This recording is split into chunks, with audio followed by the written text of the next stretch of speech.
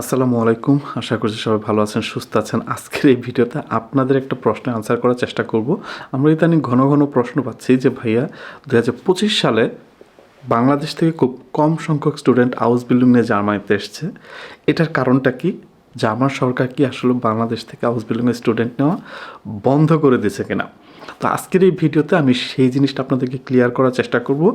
Video শুরু করার আগে বলছি যে আপনারা জানেন যে গাইডলাইন টু জার্মানি বাংলাদেশ থেকে যে সকল স্টুডেন্ট হাউস বিল্ডিং নিয়ে জার্মানিতে আসতে চায় তাদের জন্য একটা কোর্স অফার করে থাকে, যে হাউস বিল্ডিং প্রিপারেটরি কোর্স। যেই কোর্সের মধ্যে অ্যাকচুয়ালি আপনার জার্মান ভাষা থেকে শুরু করে একদম জার্মানিতে ভিসা নিয়ে চলে আসা পর্যন্ত মাঝখানে যত রকমের প্রসেসিং আছে সকল রকমের প্রসেসিং শেখানো হয়, গাইড করা হয়।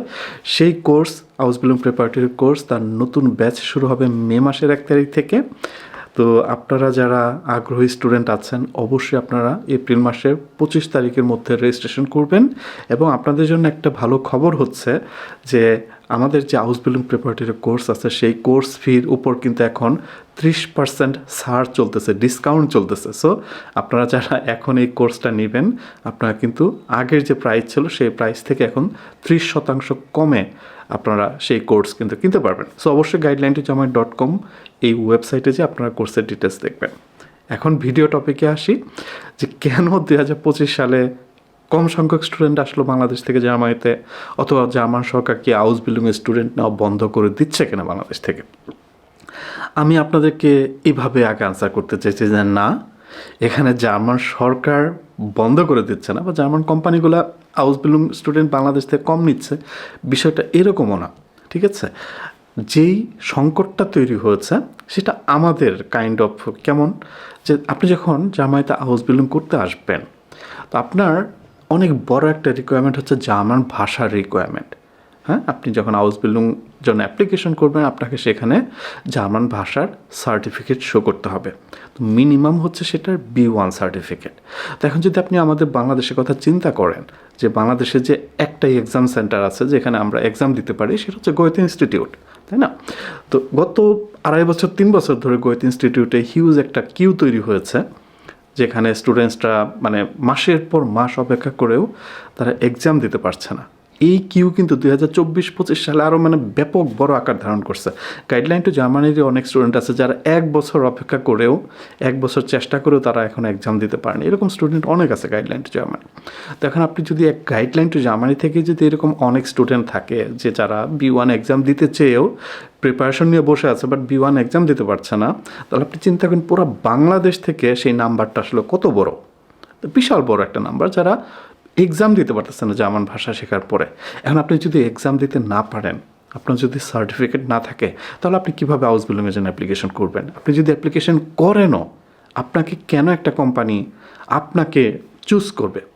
কারণ ধরুন আপনি একটা কোম্পানিতে অ্যাপ্লাই করলেন, আপনার B1 সার্টিফিকেট নেই, তারপর আপনি অ্যাপ্লাই করলেন, কিন্তু ওই কোম্পানিতে ওই পজিশনে আরও অনেক স্টুডেন্ট অন্যান্য দেশ থেকে অ্যাপ্লাই করেছে যাদের B2 সার্টিফিকেট আছে।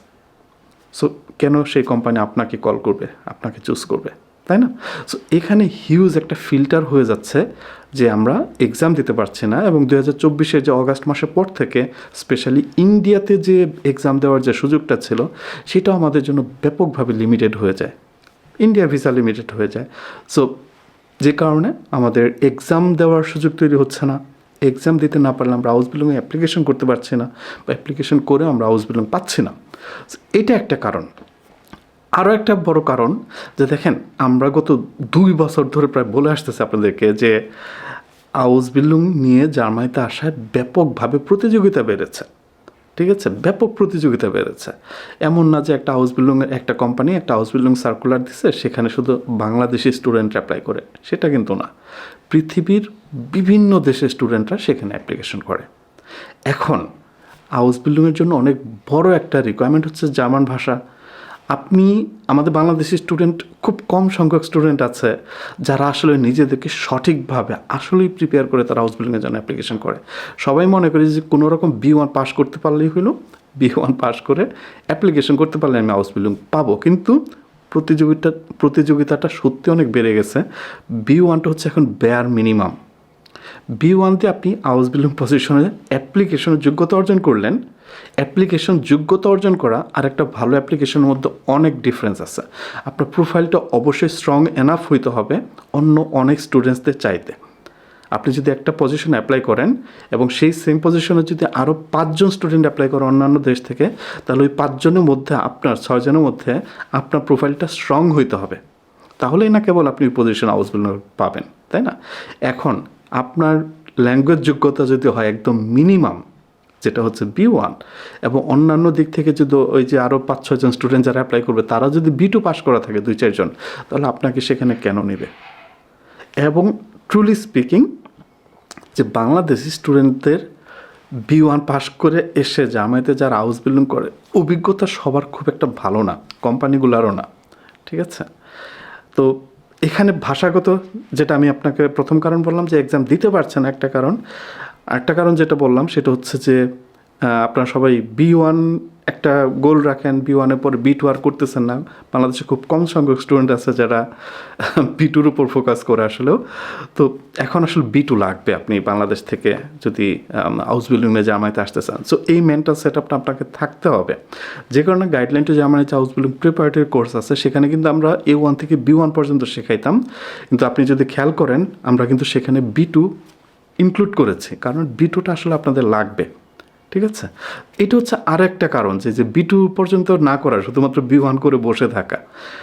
আবার যদি অন্যদিকে আসি, যে আমি যদি এখন জামায়াতে আসি, তাহলে যে জিনিসটা হচ্ছে দেখেন, আপনারা যারা হাউস বিল্ডিং অ্যাপ্লিকেশন করতেছেন অনেকেই, তারা এই জিনিসটা আরও ভালো বুঝতে পারবেন। সেটা হচ্ছে যে আপনি যখন কোনো একটা কোম্পানিতে অ্যাপ্লিকেশন করতে যাবেন, ধরেন অনলাইন অ্যাপ্লিকেশন করতে গেলেন, সেখানে অনলাইন তাদের যে একটা ফর্ম থাকে, সেই ফর্ম ফিল আপ করার সময় দেশের নাম সিলেক্ট করতে হয় যে আপনি কোন দেশ থেকে আসছেন। এরকম অনেক কোম্পানির, মানে যেখানে আপনি অ্যাপ্লিকেশন করতে যাবেন, যে দেখবেন দুনিয়ায় সকল দেশের নাম আছে, বাংলাদেশের নাম নেই, ঠিক আছে? এরকম অনেক কোম্পানি পাবেন। কারণ কি? কারণ ওই কোম্পানিটা বাংলাদেশ থেকে কোনো স্টুডেন্ট হাউস বিল্ডিং আর নিতে চায় না।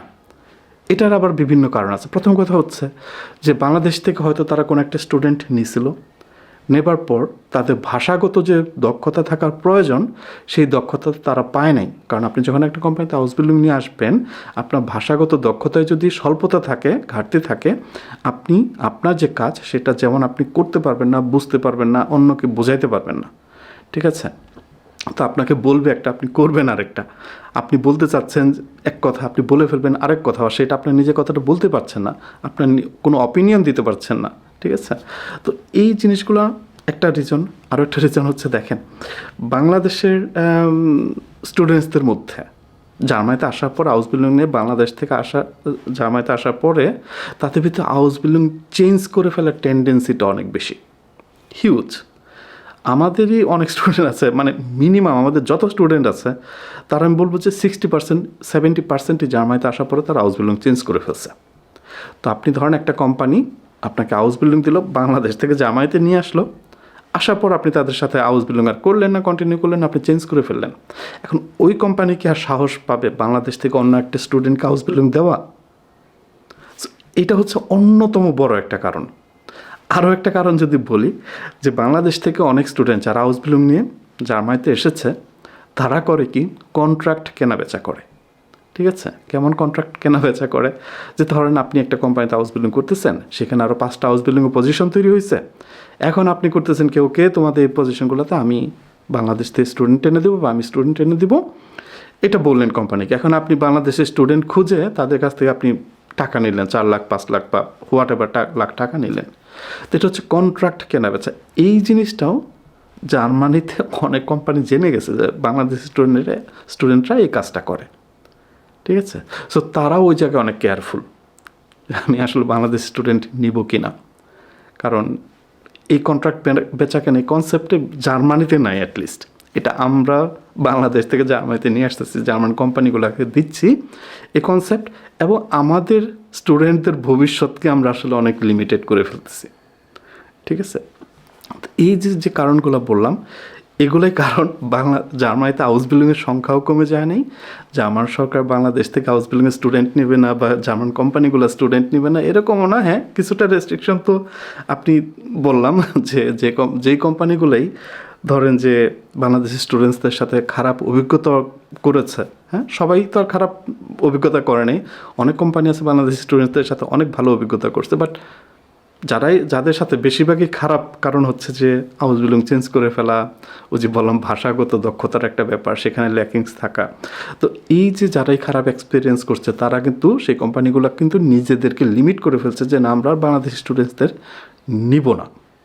উপায় কি? উপায় দেখেন যে আপনারা অনেক স্টুডেন্ট আছেন যে আপনারা জার্মান ভাষায় B1 শিখেছেন আর 1 বছর আগে B1 এক্সাম দেওয়ার জন্য 1 বছর ধরে বসে আছেন, ঠিক আছে? B1 এক্সামের প্রিপারেশন নিচ্ছেন 1 বছর ধরে। জাস্ট স্টপ ইট, স্টপ করেন ভাই। আপনি B1 শিখছেন, 1 বছর ধরে B1-এর এক্সামের জন্য অপেক্ষা না করে থেকে 3 মাস পরিশ্রম করে আপনি B2 কোর্স শেষ করে ফেলেন, ঠিক আছে? তারপরে B2 এক্সামের জন্য ট্রাই করেন, যতদিন সময় লাগুক, ঠিক আছে? সো এই B1 এক্সাম দেওয়ার জন্য আপনি 1 বছর ধরে বসে থাকবেন। আলটিমেটলি আপনি যেটা করলেন, 1 বছর বসে থাকার কারণে আপনি যা যা শিখছিলেন সেটা ভুলে গেলেন, ঠিক আছে? এবং B2 দিয়ে আপনি হাউস বিল্ডিংও যেহেতু পাবেন না, যে খুবই এটা মিনিমাম একটা রিকোয়ারমেন্ট মিট করা জাস্ট। সো পরামর্শ, B1 এক্সাম দেওয়ার জন্য 1 বছর বসে না থাকে আপনি 3 মাস পরিশ্রম করে আপনি B2 পরীক্ষা দিয়ে B2 শিখে ফেলেন, তারপরে B2 পরীক্ষা দেন। নিজে ভাষাগত দক্ষতা আপনি অর্জন করেন ভালো করে, ঠিক আছে? একটা জিনিস অলওয়েজ মাথায় রাখবেন, আপনি যদি জার্মান ভাষা খুব ভালোভাবে আয়ত্ত করতে পারেন, আপনার ভবিষ্যৎ জার্মানিতে, এইটা আমি বলতে পারি, সেটা আজকে হোক কালকে হোক, ঠিক আছে? বাট জার্মান ভাষাটা আপনাকে আসলে ভালো করে আয়ত্ত করতে হবে, ওকে? সো এটা মাথায় রাখবেন। আর আপনারা যে পজিশন হাউস বিল্ডিং করতে চান, হ্যাঁ, কাজ করতে চান সারা জীবন, আপনারা বাংলাদেশ থেকে সেটা ঠিক করে তারপর জার্মানিতে আসবেন। জার্মানিতে আসার পর আবার হাউস বিল্ডিং চেঞ্জ করার কথা আসলে চিন্তা করবেন না। এতে করে আপনি যেটা হচ্ছে যে আপনি আরও টাইম লস হয়, এবং হচ্ছে যে বাংলাদেশি যে স্টুডেন্ট যারা ভবিষ্যতে হাউস বিল্ডিংয়ে জার্মানিতে আসবে তাদের জন্য দরজাটা কিন্তু আস্তে আস্তে বন্ধ হচ্ছে, অনেক ছোট হয়ে আসতেছে, ঠিক আছে? এই কাজটা করবেন না। এবং সেই ভাইদেরকে বলছি যারা হাউস বিল্ডিংয়ে কন্ট্রাক্ট বেচাকেনা করেন, আপনারাও এটা বন্ধ করেন। এবং যারা কন্ট্রাক্ট কিনে জার্মানিতে আসার কথা চিন্তা করেন, আপনারাও এই চিন্তা করা বন্ধ করেন। নিজেকে প্রিপেয়ার করে সঠিক ওয়েতে, সঠিক পদ্ধতিতে জার্মানিতে আসেন হাউস বিল্ডিং নিয়ে। এটা আপনার জন্য যেমন ভালো, সবার জন্য ঠিক সেরকম ভালো। এগেইন, গাইডলাইন টু জার্মানির হাউস বিল্ডিং প্রিপারেটরি কোর্স, তার নতুন ব্যাচ শুরু হবে মে মাসের 1 তারিখ থেকে। যারা আগ্রহী স্টুডেন্ট আছেন অবশ্যই এপ্রিল মাসের 25 তারিখের মধ্যে রেজিস্ট্রেশন করবেন। ভালো থাকবেন সবাই, পরে ভিডিওতে কথা বলবো। টিল দেন, আল্লাহ হাফেজ।